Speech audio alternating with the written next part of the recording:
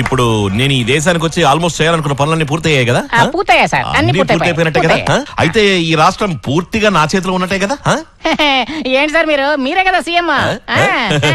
ఇప్పుడు నేను సీఎం గా చెప్తున్నాను, ఈ రాష్ట్రాన్ని అమ్మేస్తాను, సేల్ చేసేస్తాను. ఏంటి అలా చూస్తున్నారు? హలో, ఏంటి బాబు, ఈ రాష్ట్ర ముఖ్యమంత్రిగా నాకు ఈ రాష్ట్రాన్ని అమ్మే రైట్స్ లేవా? సార్, మనం ఈ రాష్ట్రాన్ని దోచుకోవడానికి రైట్స్ ఉన్నాయి, అమ్మడానికి రైట్స్ లేవు. దోచుకోవడానికి అమ్మేస్తోంది.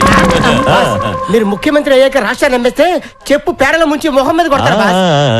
ఈ నా సత్ప్రజల గురించి నాకు బాగా తెలుసు, వాళ్ళేం మాట్లాడరు.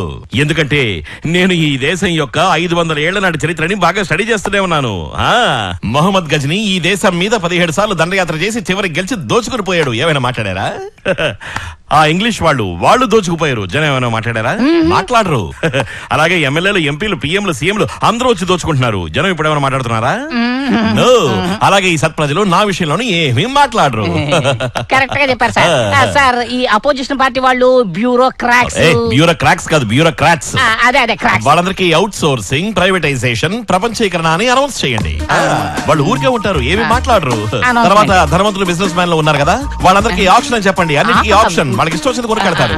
మన మామూలు ప్రజలు ఉన్నారు కదా, వాళ్ళకి అమ్మేస్తాం అని చెప్పండి. ఏం మాట్లాడరు. బోలో భారత్ మాతాకి. నిజంగానే అమ్మేసేయండి. ఓకే, జై బాయ్. మా వీడియోస్ నచ్చితే లైక్ చేయండి, షేర్ చేయండి, సబ్స్క్రైబ్ చేయండి. ఫాలో మై ఫ్యామిలీ మోజీ ఛానల్.